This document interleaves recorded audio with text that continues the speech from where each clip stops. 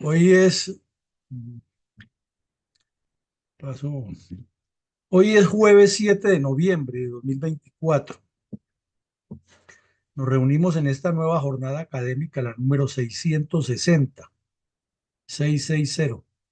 de la memoria histórica aún no contada del conflicto armado en Colombia, programa institucional de la Fundación Excelencia, Liderazgo y Transformación, que busca traer a nuestra audiencia y dejar para la historia un documento fílmico, un testimonio de la reconstrucción de hechos relacionados con el conflicto armado en Colombia y de las atrocidades que han cometido los grupos terroristas de filiación comunista contra los colombianos.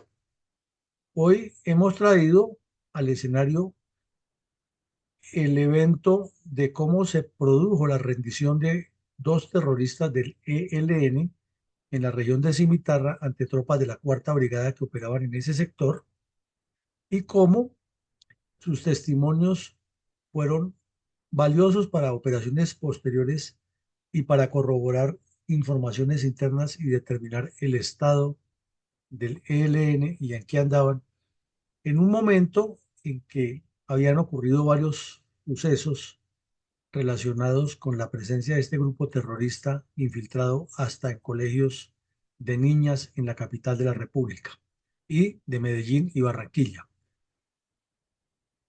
Vamos a entrar entonces en el análisis para ver los hechos e irnos formando una idea de todo el entorno sociopolítico y geopolítico de lo que sucedía en ese momento en Colombia con el terrorismo y la política que ha sido siempre convulsa, enredada y hasta descompuesta. Entremos en materia.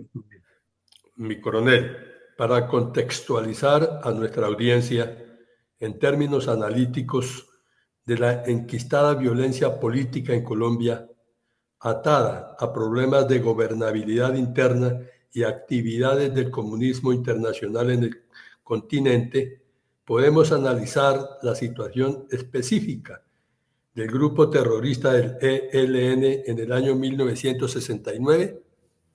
Claro que sí, mi coronel. Este grupo venía creciendo, ya lleva varios años de asentamiento y ya está perfilándose, está adquiriendo unos perfiles importantes dentro del terrorismo contra Colombia, que es desde luego muy al lugar traerlos ahora y reflexionar de que han pasado exactamente 55 años de ese evento y no vemos cambios trascendentales en la situación.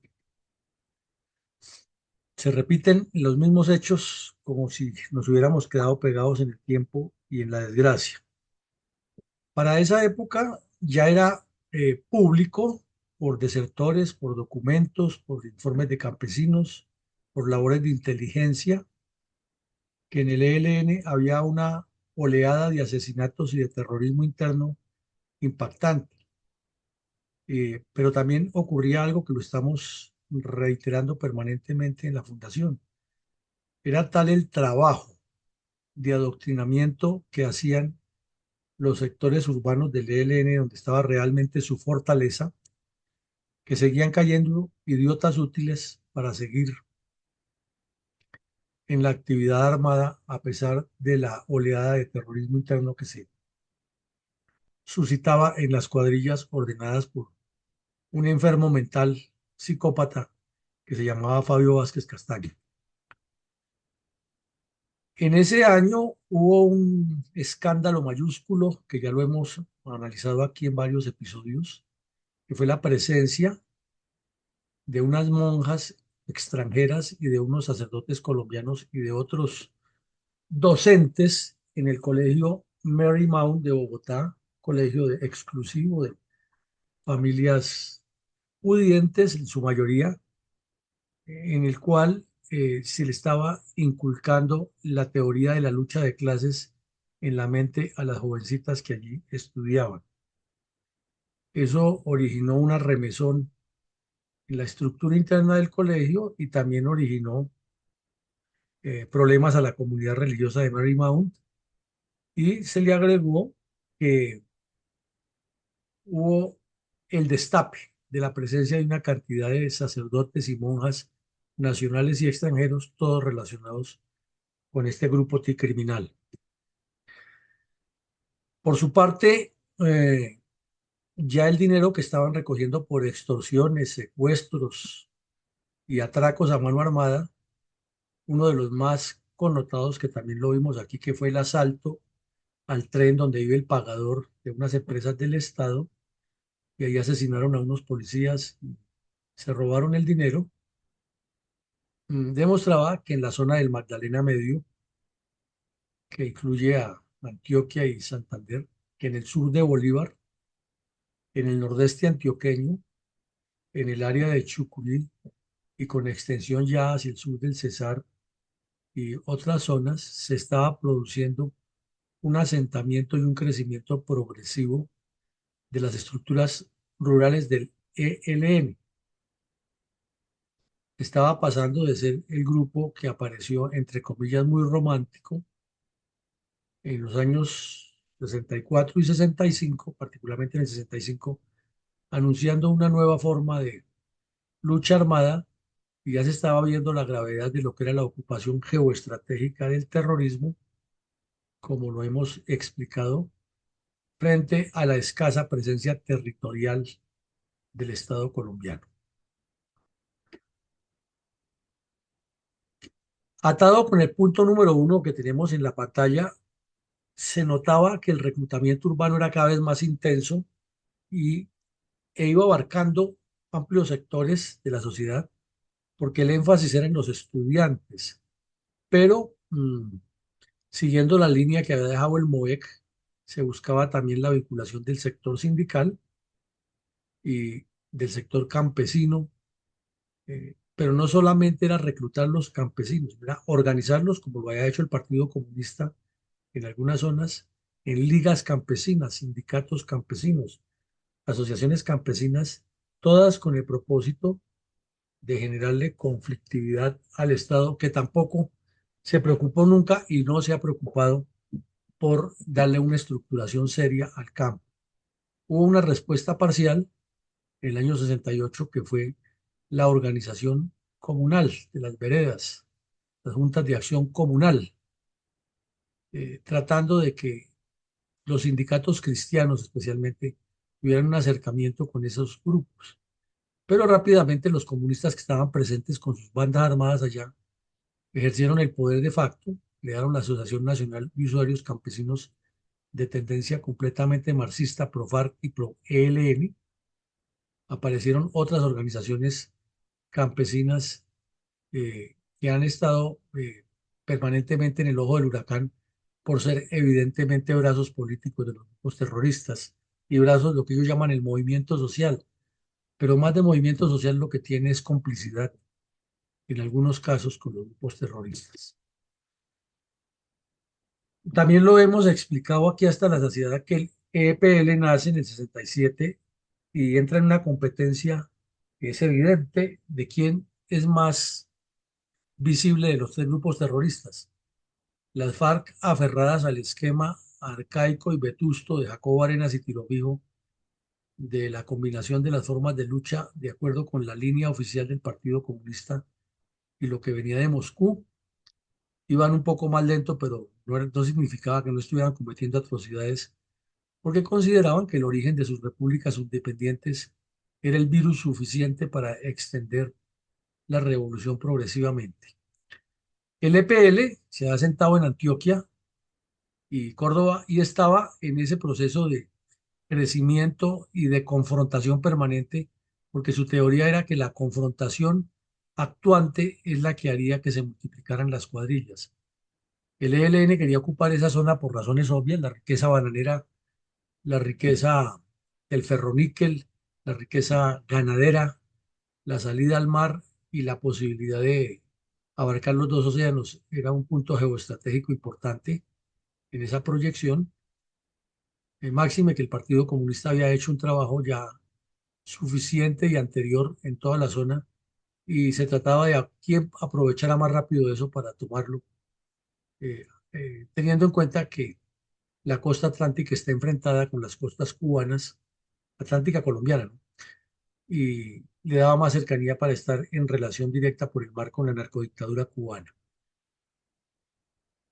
Un fenómeno que se creció para esa época fue el secuestro y era a diario secuestros cometidos por cualquiera de esos grupos terroristas o por bandas criminales que eran herederas de la violencia tripartidista o que se estaban formando al ritmo del crecimiento del país, de de los mismos desplazamientos urbanos derivados de esa violencia. O sea, no hay nada que fuera suelto, sino más bien siempre encontrábamos un cordón umbilical entre los problemas de pésima administración del Estado colombiano. Los sindicatos oficiales venían siendo infiltrados desde los años 30 por el Partido Comunista cuando la revolución en marcha del señor López Pumarejo abrió semejante boquete. Eh, pero aquí ya se nota una infiltración más directa porque es el comprometimiento directo con la acción armada. Ya lo que pretendía, por ejemplo, el EPL era que los sindicatos se convirtieran en células del EPL y en la que todos los obreros tomaran las armas y participaran en acciones terroristas urbanas en apoyo a las otras acciones del EPL. El ELN pretendía convertirlos en el Fortín, las familias completas integradas en ese proceso. Y las FARC los miraban como obviamente una fuente de reclutamiento, pero también como una entidad abierta de apoyo directo o indirecto a sus acciones criminales y muy útiles para la logística, la inteligencia y los pronunciamientos publicitarios. Entonces, como vemos, tres visiones diferentes, pero todas enfocadas en utilizar el sindicalismo con fines terroristas. Se probó también para la época por varias acciones, incluida la del destape en el Colegio Marymount, se probó que el grupo terrorista ETA tenía relación con todos los sacerdotes y monjas españolas que han venido a Latinoamérica a promover el terrorismo en esa triangulación con la narcodictadura cubana. Eh, la cantidad de secuestros de aeronaves que estaban ocurriendo por la época en varios países de Latinoamérica y que eran naves llevadas a Cuba por bandidos que iban a tratamientos, iban a recibir cursos y luego regresaban clandestinamente a Colombia, era una constante. Y el ELN ya había adquirido contactos internacionales con guerrillas o grupos terroristas de Perú, Chile, Argentina, Uruguay y Centroamérica. Inclusive los remanentes comunistas que han quedado después de la guerra que le había hecho Fidel Castro a el dictador Trujillo en República Dominicana causaban muchos problemas en la isla, producto del afán de multiplicar el comunismo en el continente. Y había ya una cantidad de organizadores de la violencia urbana que promovían paros, promovían marchas, pedreas en la Universidad Nacional, que era el mecanismo preferido, ocupaciones de facto de entidades como la Cruz Roja, alcaldías, entidades de ONGs, etcétera. Entonces, esa violencia que promovían estos grupos tenía un cordón umbilical, un nexo directo con el plan estratégico del ELN y con las cuadrillas de este grupo criminal. Adelante, mi coronel. Muy bien. Entonces, ¿cómo era la situación política de Colombia en junio de 1969, graficada por el caricaturista Chapete, y cómo se podría correlacionar esta realidad con con la creciente violencia del ELN y otros grupos terroristas? Aquí sí que hay tela para cortar, pero tratemos de resumirlo. Estamos hablando del año 1969. Ya el gobierno del señor Gerard Restrepo cumple su tercer año. Él no quería irse del poder. Un año antes había promovido una reforma agraria y había impulsado el desarrollo de las juntas de acción comunal con un propósito completamente perverso, politiquero, era de encontrar allí el fortín para que se produjera su reelección, eh, pero ya el mismo Partido Liberal se le había opuesto porque eso sería generar un conflicto grande con el Partido Conservador, ya que la idea era que el Frente Nacional fuera eh, equilibrado, les había quedado ese bache y tenían que resolverlo.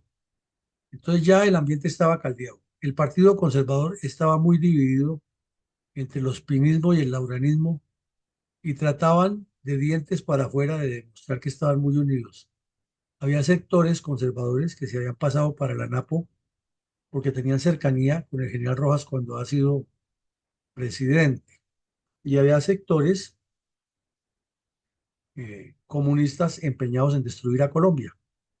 Entonces el ambiente estaba caldeado y el caricaturista Chapete, como siempre, eh, haciéndole mandados al director del Tiempo y al Partido Liberal, pero con su creatividad dejó para la historia en caricaturas muchas realidades.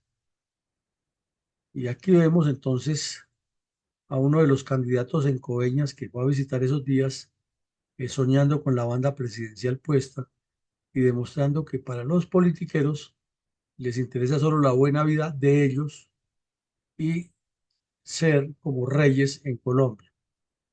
En la otra es que mm, con ocasión del programa de la Alianza para el Progreso y de la presencia que pretendía Estados Unidos darle a la OEA en las decisiones internas de los países, se había activado un mecanismo que poco a poco fue perdiendo fuerza y que quedó como relegado por la CEPAL, que llamaba el Consejo Interamericano Económico y Social.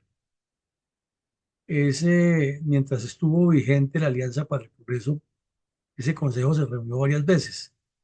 Entonces, la caricatura de Chapete es diciente, colocando una reciente visita de Lleras, de la cual hablaremos enseguida, a Estados Unidos, a la reunión del CIES, como llamaba Consejo de Integración Interamericano Económico y Social, en la que llegó literalmente a tramar los campesinos, como se auto elogiaba de ser el promotor de la reforma agraria y el gestor de la acción comunal en Colombia. Mejor dicho, era más o menos Jesucristo en persona en la tierra, y ya hemos hablado bastante de la personalidad de este sujeto arrogante y arribista. Y vemos también la otra caricatura a Misael Pastrana Borrero y a Laureano Gómez hablando ahí, perdón, a Álvaro Gómez hablando ahí, y le dice Pastrana, esta vez no nos puede quedar pegada con babas, o sea, la Unión Conservadora. Y tiene un frasco o un tarro de lo que se llamaban los carpinteros de la época, la cola. Era algo que ahora en ese tiempo era muy parecido a lo que ahora es el colbón de madera, con la que se pegaban los muebles. Era una preparación que se hacía manualmente, pero en las casas y lo normal se hablaba era de conseguir cola para reparar un mueble. Entonces se reúnen los dos y le dice Pastrana a Álvaro Gómez que esta vez la unión no les puede quedar pegada con babas, o sea, endeble. Y le contesta el contertulio, no te preocupes, que yo tengo buena cola.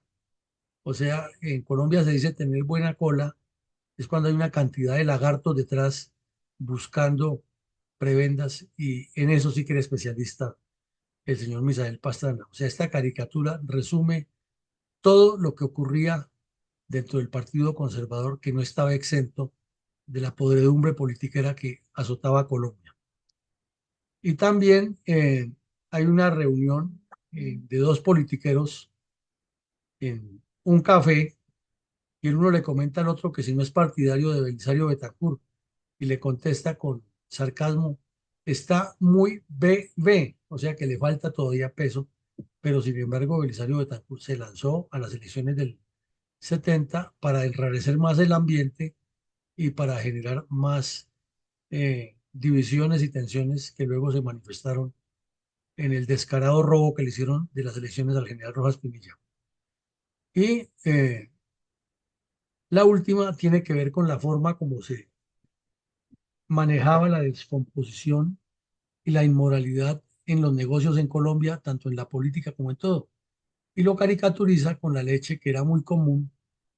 No se compraba leche en bolsa, como hoy en los supermercados, ni se compraba leche envasada, sino que por lo general pasaban los camiones repartidores por los barrios o en los pueblos había lo que llamaban la lechería del pueblo. Y allá iba la gente con una olla y compraba 3 botellas, 2 botellas, lo que necesitaran. Y era un Vox Populi que esa leche era rendida con agua. Entonces la pregunta del contertulio con la señora que está hablando es ¿por qué le subieron el precio de la leche? Y dice, no, no, lo que pasa es que le subieron el precio al agua. Eso quiere decir, tiene un fondo, un mensaje profundo en el que dice que la corrupción y la descomposición son el pan nuestro de cada día. Por eso decíamos en la introducción que si miramos estas caricaturas de hace 55 años, del humor político satírico, trasladadas a la realidad de hoy, no hay ninguna diferencia y es lo mismo el politiquero paseando eh, ya no por las costas colombianas, sino por la costa azul de Francia, dándose la gran vida esperando que lo nombre, el politiquero engañando a los campesinos y utilizándolos como carne de cañón, los politiqueros reunidos cuadrando cómo destruir el país y la corrupción rampante en todos los aspectos, mientras la gente normal tiene dificultades hasta para conseguir el sustento diario mínimo. Documento valiosísimo. Adelante, mi coronel. Mi coronel, ¿cómo podríamos describir el drama de los secuestros de aeronaves desviadas a Cuba por terroristas colombianos en el segundo quinquenio de la década de 1960? Se trataba de un problema demasiado complejo, demasiado enredado, porque más o menos a partir de 1964-65 se desató esa oleada de secuestros y aquí en esos días había ocurrido uno muy connotado. Se decía que Tiro Fijo había estado en ese secuestro. La funcionaria de la empresa lo había visto, lo aseguraba que él iba entre los secuestrados y que ella le había oído decir a otros que viajaba a Cuba a que le hicieran un tratamiento médico. Y entonces el caricaturista Merino publicó eso, eh, diciendo, burlándose de la seguridad aérea, diciendo que un terrorista encañona a los pasajeros y les dice, bueno, no se preocupen que hoy no vamos para Cuba, pero de todas maneras lo lleva secuestrados. Eh, Ahí se sintetiza esa realidad. Entonces, por eso le hemos insistido en la fundación que quizás en caricaturas de la época que eran muy comunes para satirizar la vida política, está escrita toda nuestra historia y lo que hay es que mirarlas en el contexto de la época e interpretarlas muy bien y los mensajes salen a flote inmediatamente de lo que ocurría. En ese sentido hay que reconocer que la creatividad de los caricaturistas dejó una huella histórica importante que hoy puede servir de referencia para desenmascarar todos esos discursos elaborados y mensajes calculados que dejaron los diferentes partidos, incluido el comunista, para engatusar y desfigurar la historia posterior. Mi coronel, ¿por qué algunos dirigentes políticos haitianos denunciaron a la dictadura ante la comunidad internacional en junio de 1969? Pues, mi coronel, siempre lo hemos dicho aquí que la vida política, social y económica de Haití es como una desgracia. Es un pueblo que le ha faltado conducción política, que sus gentes tampoco son lo más granado en buscar su autodesarrollo y que el crimen y la delincuencia han campeado por medio de dictadorzuelos que han pretendido manejar ese país como si se tratara de una monarquía alejada africana. Entonces, lo que sucedió allí es que la narcodictadura cubana, que tiene cercanía, están más o menos a 80, 90 millas de distancia, una costa de la otra, buscó en la isla derrocar al gobierno del señor Trujillo al principio. Y ya una vez que fue asesinado Trujillo, quisieron seguir apoderándose de República Dominicana, que es un tesoro apetecido en el Caribe para cualquier intención geopolítica. Pero hay una circunstancia especial, que es que la isla está partida en dos segmentos muy definidos. El de Haití, que se quedó en la vida infortunada al estilo de la pobreza africana, y el de República Dominicana, que se ha desarrollado con pobreza y dificultades como todos los países de Latinoamérica y el Caribe, pero se ha desarrollado mejor y ha tenido una cercanía más clara con la vida estadounidense. Entonces, con el fin de tomarse la isla completa, el Partido Comunista Cubano promovió con los comunistas dominicanos un proceso de revolución armada al punto que hasta hubo un grupo de oficiales del ejército que fueron infiltrados del mando del coronel Camaño y tenían una mentalidad marxista. Pero lo que más le interesaba era tener un epicentro de daño, de destrucción, aprovechando la pobreza, la miseria y la desorganización eterna que ha habido en Haití. Sin embargo, en medio de todas esas dificultades, el canciller haitiano públicamente en la OEA denunció la presencia de Cuba y como unos años antes había sancionado la OEA a Cuba, es lo que pidiera que se cumpliera el Tratado Interamericano de Asistencia Recíproca y se enviaran fuerzas militares a combatir a los cubanos que estaban deteriorando la isla. Eso naturalmente nunca se hizo, pero quedó muy claro en la reunión del CIES, del Consejo Interamericano de Economía Económico y Político, que la narcodictadura cubana seguía causándole daños al continente y promoviendo el terrorismo en todos los países que podía. ¿Cuál fue el contenido de la nota periodística publicada por diversos medios de comunicación acerca de la rendición de dos terroristas del ELN ante unidades orgánicas de la Cuarta Brigada del Ejército en Antioquia en 1969? Bueno, esta situación aumentó las informaciones que se tenían y el país conoció más del ELN y de la actividad criminal que ejercía eh, Fabio Vázquez Castaño al mando de todas esas cuadrillas terroristas, con la complicidad hasta de la señora María Elena Crobo, que era una reconocidísima dirigente de izquierda en el país. Y esto sucedió porque los terroristas Manuel Uribe Castaño y Luis José Villán García desertaron del ELN, se presentaron en la zona de Lopón, Carariopón, a una unidad militar y fueron llevados a Medellín, donde quedaba la sede de la Cuarta Brigada, para entrevistarlos y para que los medios de comunicación supieran la realidad.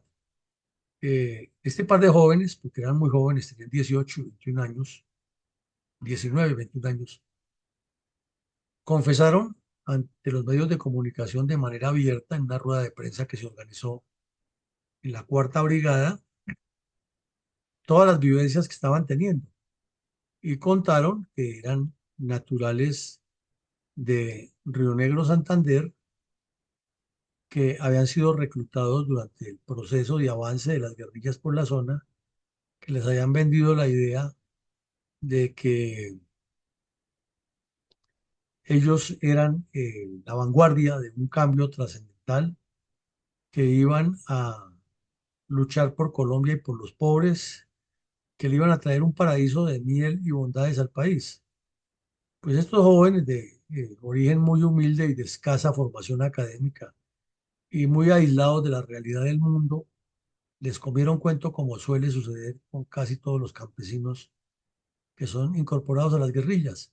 Su vida es tan monótona, tan alejada de la realidad del mundo, que miran las ciudades como algo muy lejano, como algo que al fin y al cabo es un espacio contradictorio a su forma de vida y donde no se les reconoce su valor como seres humanos y es fácil entonces convencerlos de que hay que luchar contra ese esquema porque la pobreza es producto de ese esquema.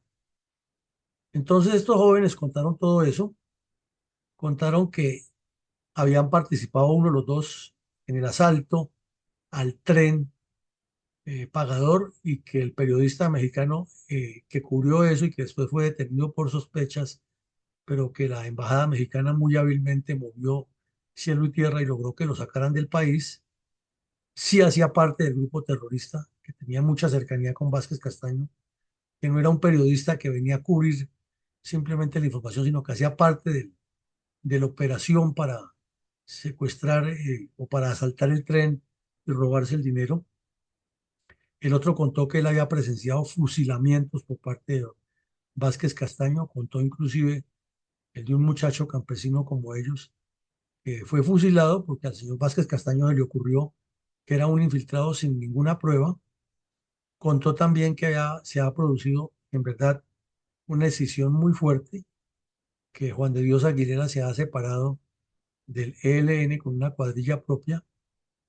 Y como sabemos, después de que ocurrieron estos hechos, eh, Aguilera fue localizado por el ELN y asesinado por orden de Vázquez Castaño. Entonces, lo que pretendía ser como un escenario secreto de revolución armada se les fue destapando poco a poco y el país iba recibiendo casi que a diario, semanal o mensualmente información exacta de lo que pasaba al interior del ELN, porque al mismo tiempo en Medellín se presentó otro bandido de nombre Gilberto de Jesús Zavala Ortiz, alias Ney, se entregó a las tropas del batallón Cazadores que estaba agregado a la Cuarta Brigada y corroboró otras informaciones que uniendo unas con otras le dieron a la inteligencia militar y a los organismos de seguridad un esquema completo de cómo estaba dividido el ELN rural, cómo trabajaba con las áreas urbanas, cómo los habían afectado las operaciones del ejército contra esas redes urbanas, especialmente en Barranca Bermeja y Bucaramanga, y también cuáles eran los planes inmediatos que tenía el grupo. Entonces, como hemos visto ayer y hoy, las entregas o las capturas de estos bandidos que han confesado han sido supremamente importantes para establecer exactamente la logística, la organización, la estructura y los planes de los grupos terroristas en distintas épocas. Pero también nos queda el sinsabor que ninguno de los gobiernos de turno ha aprovechado esos activos eh, intangibles, pero al fin y al cabo activos, porque es el poder de la información para bloquear estos grupos y para contrarrestarlos, sino que siempre se le ha dado otra orientación y otro enfoque. Y coronel, ¿qué actividades terroristas desarrollaban las FARC junto con sus cómplices del Partido Comunista en el oriente del Tolima y la región del Sumapaz de Cundinamarca, que era fortín también del bandolero Juan de la Cruz Varela? Aquí también hay un montón de cosas que no se han escrito y que en la memoria histórica el señor de Ruch se hace el de la vista gorda y no las cuenta como son. Sabemos que finales del 40, toda la década del 50 e inicios de la década del 60, Juan de la Cruz Varela fue el jefe de una agrupación terrorista dirigida por el Partido Comunista que promovió la invasión de tierras en el sur de Bogotá, en todo lo que llama la zona de Sumapaz, o la alcaldía de Sumapaz, y el oriente del Tolima y todo lo que es el Sumapaz hasta llegar al páramo del departamento de Cundinamarca. ¿Qué ocurría entonces? Que en Icononso, que es el Tolima, oriente del Tolima, Pandi, San Bernardo, Cabrera, Venecia, también lo llamaban Ospina Pérez en el tiempo de municipio, Pasca y hasta Fusagasugá eran regiones liberales históricamente. Allí había ocurrido la toma por la fuerza organizada por Jorge Eliezer Gaitán de una hacienda cafetera y había marcado un hito en la ocupación de tierras. Y entonces los comunistas que dirigía Juan de la Cruz Varela Era una banda completa, que supuestamente se desmovilizaron en el 53, pero fueron mentiras. Ellos siguieron delinquiendo y Juan de la Cruz Varela siguió siendo el jefe de ese grupo criminal. Y en el 58 apareció el señor López Miquelsen y lo organizó como su segundo en la Unión Liberal Comunista. Usted el daño que han hecho los politiqueros corruptos a Colombia. Y luego este sujeto fue diputado en la Asamblea del Tolima y representante a la Cámara por los comunistas, y bajo el logo del MRL. Y cuando terminó su periodo, regresó allá y siguió con su organización armada y ya le dio un cariz como de república independiente igual a las que tenía Tiro Fijo.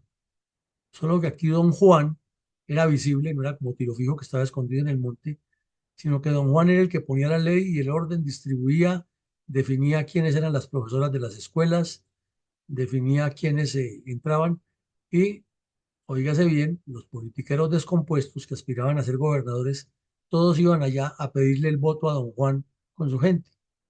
Y Don Juan tenía una banda criminal armada. Y estaba muy bien correspondido porque había una banda criminal del Partido Liberal que la organizaba otro señor de apellido Vargas. Y entre los dos tenían una guerra particular. Entonces, quien fuera amigo de Vargas ya estaba en la mira de los comunistas y quien fuera amigo de Juan de la Cruz Varela, pues estaba en la mira de los amigos de Vargas. Pero la violencia la tenían con mayor fortaleza los comunistas porque eso sí tenían bandas organizadas en todos los municipios. La banda de los Vargas era muy local, muy cercana a donde estaba el jefe. La otra sí era bandas multiplicadas por todo el Sumapaz, que antes la habían llamado La Cortina, y que muy bien lo relató Jacobo Arenas en uno de sus escritos, cómo era que funcionaban. Entonces allí había un hacendado de nombre Efraín Ramírez, liberal, amigo del señor Vargas, propietario de una finca cafetera muy productiva y también ganadera, que jalaba las dos actividades, y había ido a hacer un negocio y lo estaban esperando los bandidos de Juan de la Cruz Varela y como decían ellos, le pegaron la matada de canchilas, le metieron 25 disparos, o sea, lo mataron y lo remataron y volvieron a estar seguros de que había quedado muerto y le volvieron a disparar. Y fuera de eso le robaron los 150 novillos que iba a recibir. Entonces, estas verdades no se cuentan en el proceso de reconstrucción de la supuesta verdad y así es imposible que tengamos una historia real de lo que ha ocurrido en el país. Mi coronel, ¿qué ocurría entre tanto en la porosa frontera con Venezuela, donde ha sido costumbre agresiva de las Fuerzas Armadas venezolanas agredir a ciudadanos colombianos dentro de nuestro territorio nacional? Es que hay un dicho popular que dice que las desgracias no vienen solas y para Colombia ese ha sido característico en la política. Mientras los politiqueros de turno son descompuestos y causan problemas y no solucionan nada, al contrario son responsables de lo que nos pasa aquí en Colombia y son muy bravos, muy enérgicos para vociferarse entre ellos y para promover eh, hasta la violencia interna en nombre de sus ideales partidistas y partidarios. En la práctica son completamente arrodillados, débiles y faltos de carácter para defender los intereses de la nación en el exterior. Somos muy buenos para la guerra interna y la debilidad política en las fronteras, hacia afuera. Pues ahí en la frontera de Colombia y Venezuela está el sector de Río de Oro, norte de Santander, que ha sido blanco N veces de agresiones, depredaciones, humillaciones y violencia practicada por la Guardia Venezolana, porque a los militares venezolanos en esa época les incubaban un odio contra Colombia y les metían en la cabeza que Colombia les había robado territorio, que el problema de Venezuela no era la descomposición interna que ellos tenían, sino era Colombia. Eso fue un argumento de muchos gobernantes hasta cuando llegó Chávez y luego ya él los convenció a los venezolanos es de que hay que apoyar las guerrillas colombianas para unificar el sueño del libertador. Pero eh, en la historia, que siempre suele olvidarse cosas, se nos olvida que la dirigencia política descompuesta de Venezuela, que hoy tiene a sus herederos en el exilio y que promueven o que desde Colombia buscan recuperar el poder para seguir en las mismas, igual que los de aquí, en esa época promovieron mucho el odio anticolombiano y se acendró más ese odio cuando hubo riqueza petrolera, el boom del petróleo en los años 60 en Venezuela, que muchos colombianos fueron allá y no pocos fue a actividades non santas. Entonces, la Guardia Venezolana, que se creía, o el ejército venezolano, que se creía superior a todo el continente porque eran muy ricos, abusaba muchísimo de la población. Y aquí vemos este caso específico que entraron eh, como lo hacían todos los días y cometían una gran cantidad de tropelías contra los campesinos, que inmediatamente le pidieron a la Procuraduría General de la Nación por escrito que actuara. Y allá lo de siempre, se apareció el gobernador, que en esa época era Argelino Durán Quintero, a hacer show publicitario, a hablar con los campesinos y que ahora sí iban a tener nuestro respaldo y el ejército allí presente. Pero el ejército no podía, y no lo ha podido jamás, tapar los 2.000 kilómetros de frontera que hay entre Colombia y Venezuela. Entonces, cuando la agresión no es en el norte de Santander, es en Arauca o es en La Guajira, pero eso ha sido reiterativo y aún sigue ocurriendo, y más con la narcodictadura venezolana, que por generarle problemas a Colombia, promueve esos hechos ahora. Eh, Simplemente quiere decir esto, que lo que nos ha faltado es política de fronteras, dirigentes políticos con patriotismo y visión de Estado. Y así como vemos toda esa gente de escasos recursos ahí escuchando al gobernador, no ha cambiado ese panorama de abandono y de olvido en las regiones fronterizas. Parece que nos hubiéramos quedado estancados en el tiempo. ¿En qué consistió el acuerdo del Consejo Interamericano Económico y Social, CIES? Bueno, resulta que ese consejo, como lo hemos venido comentando hoy, se reunió en esos mismos días. O sea, mientras Venezuela agredía a Colombia con sus fuerzas armadas, mientras el Partido Comunista asesinaba por medio de las FARC eh, campesinos y hacendados en Niconos, mientras el ELN estaba creciendo geométrica y matemáticamente en la región del limítrofe de Antioquia, Bolívar y Santander, y mientras el EPL crecía en el Sinú y Antioquia, eh, ocurrió una reunión anual del CIES y se produjo un documento en el cual se resaltó que los acuerdos que se han firmado en Punta del Este, de una acta económica y social que se ha firmado en Río, de otra declaración que han hecho los presidentes del Plan de Acción en Viña del Mar.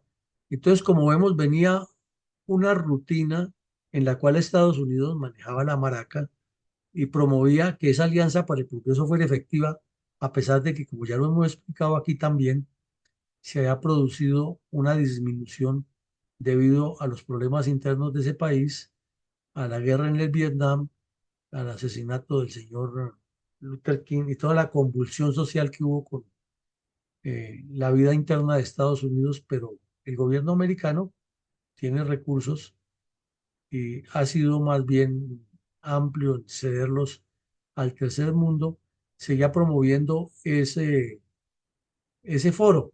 Entonces se insistía ahí que era necesario dar el salto hacia el progreso, no al progresismo comunista, al progreso, el desarrollo y el incentivo de la iniciativa privada. Eh, Se planteaba en ese acuerdo algo que nunca se cumplió, que era que el decenio de la época de los 70 se convirtiera en los 10 años de desarrollo socioeconómico más importante y que el continente americano alcanzara un nivel integral en el que pudiera trabajar en bloque con Estados Unidos frente al resto del mundo. Y eso se quedó al contrario porque inclusive los economistas lo llaman la década perdida. Entonces vemos que los planes estratégicos no funcionan en nuestros países porque los políticos van tras su rapiña. Y en el caso colombiano se explica es que el Frente Nacional era un conciliábulo de politiqueros haciendo trapacerías y no pensando en el futuro del país. Inclusive este señor que pensaba eternizarse en el poder y que lo han colocado como el más sabio en economía y política de Colombia del último tiempo. Allá estuvo de paseo y fue y habló y trajo un poco de cuentos aquí, pero lo cierto es que ese acuerdo no se cumplió. Eh, no se cumplió tampoco algo que se escribió ahí y que todos firmaron, es que deben ser conscientes los gobiernos que el desarrollo de los pueblos es responsabilidad de cada uno. Eh, se dispuso ahí que se creara una comisión ya en la resolución final, una comisión de seguimiento a todas las decisiones del Consejo Interamericano Económico y Social, que estuviera representado por varios miembros que tuvieran también una coordinación directa con otro consejo que se ha creado, que era el Interamericano de Cultura, y que se siguieran todos los principios que se había establecido desde el consenso de Viña del Mar, que ese mismo año esa comisión que se encargara de materializar lo que allí se decidió, se debía reunir para continuar y que quedaba pendiente la ciudad donde se hiciera esa actividad de acuerdo con la responsabilidad del país que ejercía la presidencia pro tempore del mecanismo. Todo muy bonito, pero de aquello nada.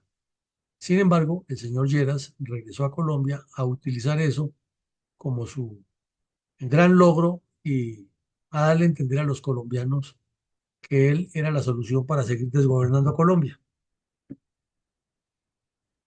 Mi coronel, ¿cómo pretendió utilizar para su beneficio publicitario y propagandístico el presidente Lleras Restrepo la declaración de CIES? Es evidente que el señor Lleras Restrepo quería quedarse en el poder y creía que él era para Estados Unidos el centro del mundo. Eh,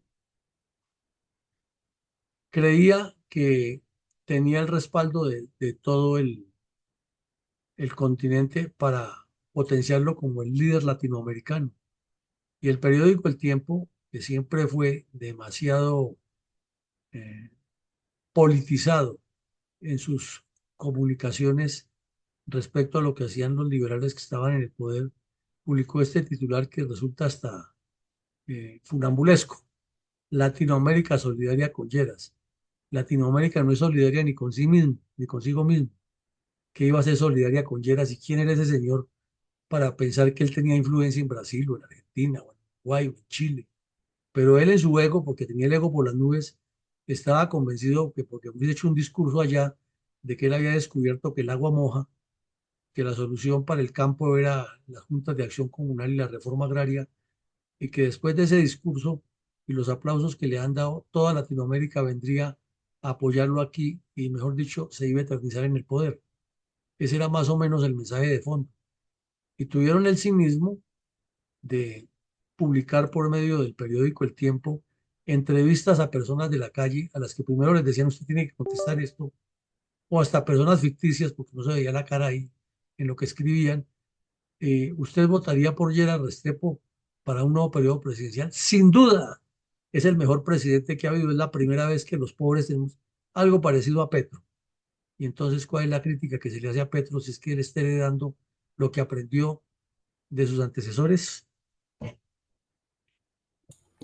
Mi coronel, ¿cuál era la dinámica al interior del Partido Conservador mientras los terroristas de la FARC, el ELN y el EPL destruían a Colombia rural, y cómo se evidencia en los testimonios tomados en la rendición de dos terroristas del ELN ante unidades orgánicas de la Cuarta Brigada del Ejército en Antioquia en 1969?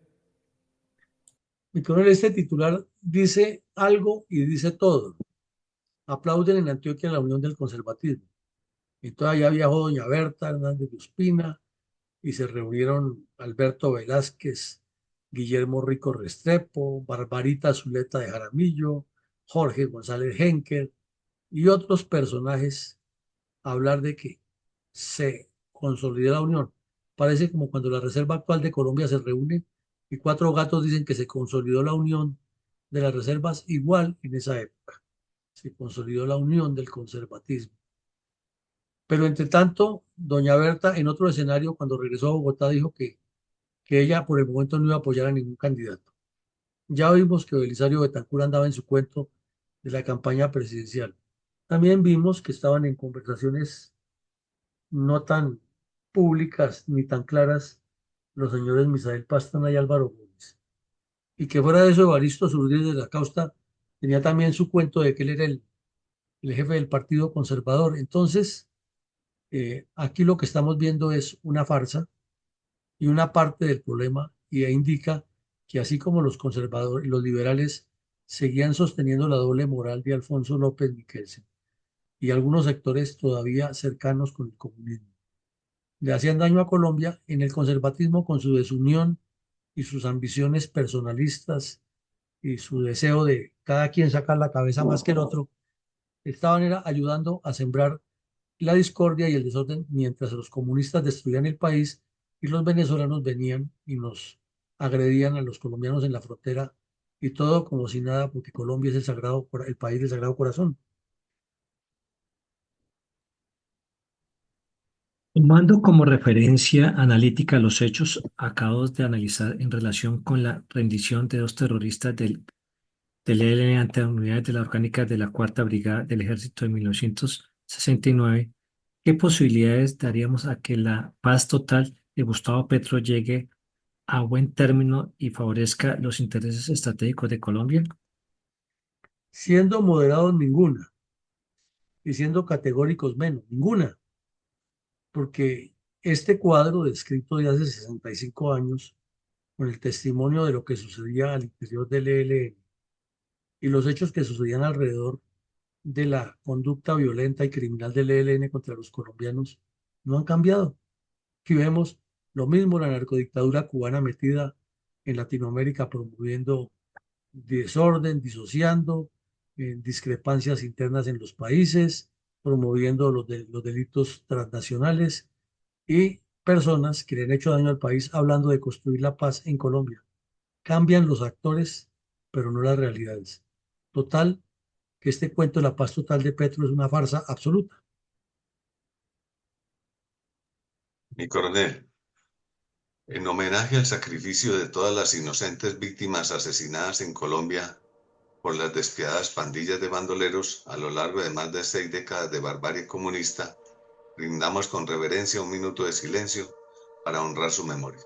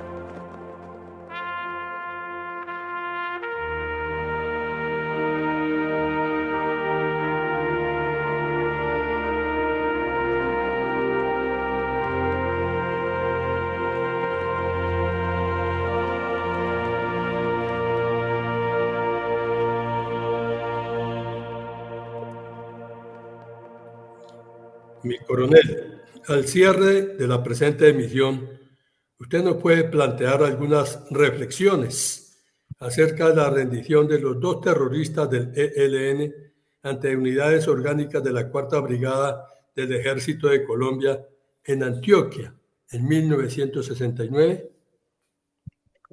Pues serían muchas, mi coronel, pero concentrémonos hoy en una sola.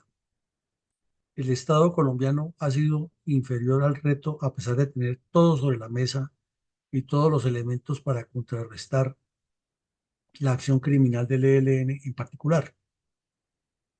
Esos testimonios de ese par de bandidos, como los de muchos bandidos que se han sido capturados o se han rendido ante las autoridades, han descrito totalmente cuál es la interioridad, cuáles son las debilidades y obviamente las fortalezas de este grupo criminal. Pero para el Estado colombiano en su contexto, especialmente la dirigencia política que es descompuesta y ajena a la realidad, jamás ha sido importante eso.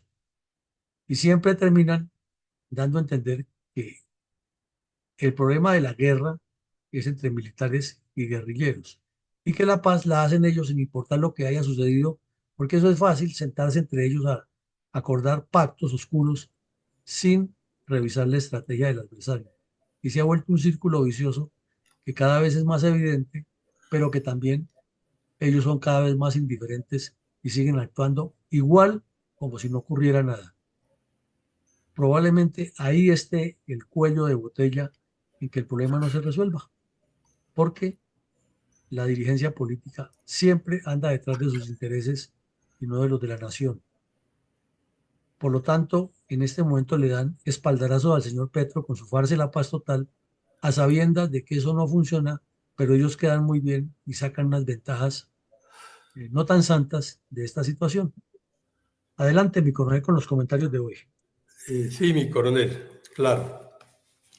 Hoy jueves 07 de noviembre se está presentando el episodio 660 de Memoria Histórica, que trató de la rendición ante las autoridades militares de dos terroristas del ELN en julio de 1969. Objetivo Colombia. Considero relevante hacer énfasis en la importancia que representa para Colombia la entrega de las armas y el sometimiento al Estado colombiano de quienes las usan en contra de sus compatriotas. Requisito sine qua non para alcanzar la paz. A contrario sensu de que el Estado se someta a la guerrilla a través de los procesos de paz y del mal entendido concepto de perdón y olvido. Cuando se somete, se captura o se da de baja a un bandolero de cualquier organización delictiva, llámese ELN, EPL, FARC, M19 o de los mal llamados paramilitares, no solo se evita la muerte, el secuestro, la extorsión y otros delitos en contra de los ciudadanos de bien, sino que además la economía, la seguridad y el desarrollo nacional se fortalecen, porque crecen los generadores de riqueza que producen los empresarios a través, por ejemplo, de la agricultura, porque ya no se ven amenazados, secuestrados, extorsionados por esos violentos psicópatas que solo sirven para hacer daño, arrogándose el sugestivo nombre de revolucionarios o subversivos, aunque la verdad subvierten y alteran el orden establecido por la Constitución y la ley, pero que para ellos las penas son mínimas cuando no son indultados o premiados con asientos en el Congreso. Para la muestra, miremos las irrisorias penas que pueden imponer el Tribunal de la Justicia Especial para la Paz a quienes han cometido cualquier clase de delitos solo por haber pertenecido a cualquier grupo de los enunciados arriba. Miremos, por ejemplo, de no haberse dado de baja al terrorista Camilo Torres o a Alfonso Cano, a Reyes o a Simón Trinidad, que se envió a los Estados Unidos, o a Zeus, ¿cuánto daño no hubieran hecho o cuánto no representaría una operación por sus capturas, como hoy están representados las operaciones para capturarlos, someter o dar de baja a los integrantes de la FARC y del ELN? Sus diferentes excisiones de quienes no están en el Congreso o en las operaciones. Estoy hablando del gasto que implican esas operaciones para rescatar a quienes estos grupos terroristas secuestran.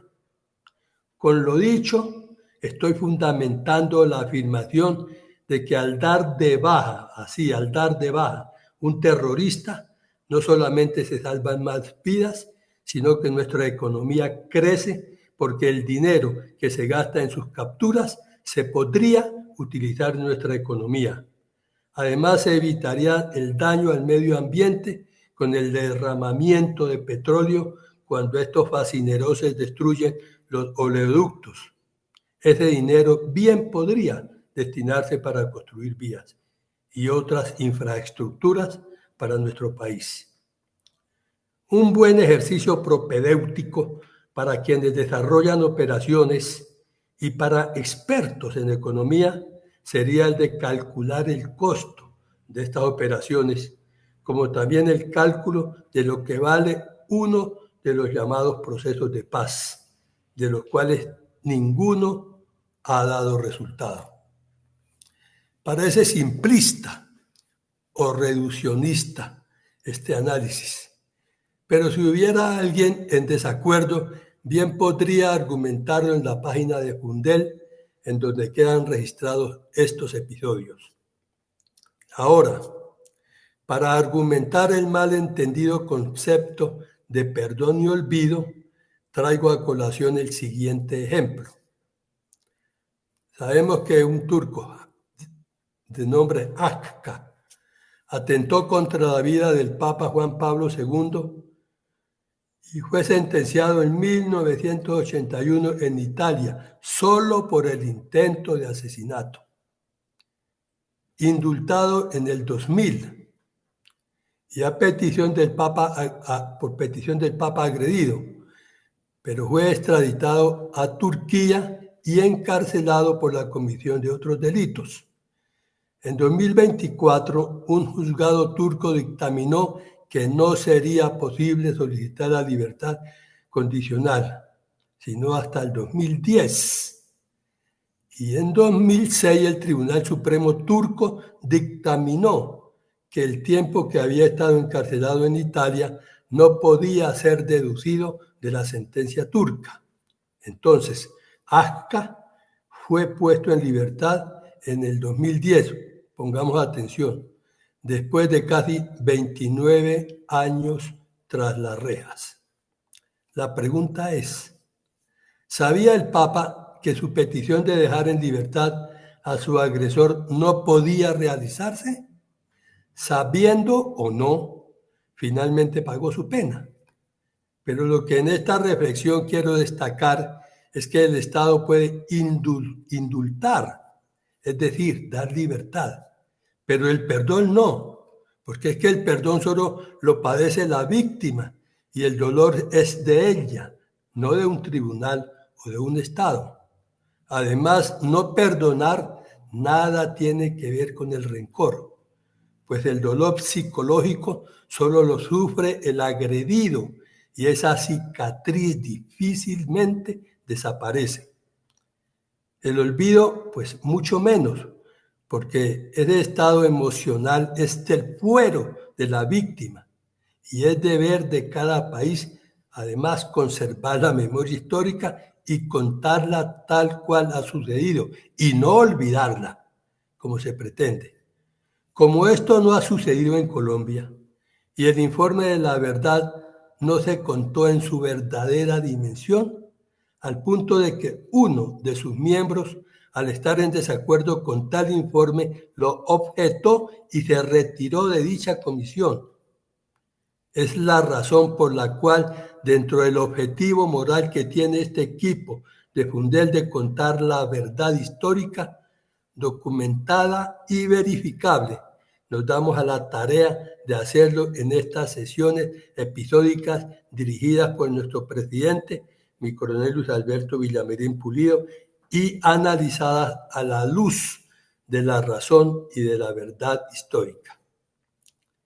El espacio no alcanza para analizar el caso del perdón que el gobierno de Estados Unidos le otorgó al teniente Laufskallig, quien defendiendo intereses de su país se excedió y masacró unos civiles durante la guerra de Vietnam en el 68, en 1968.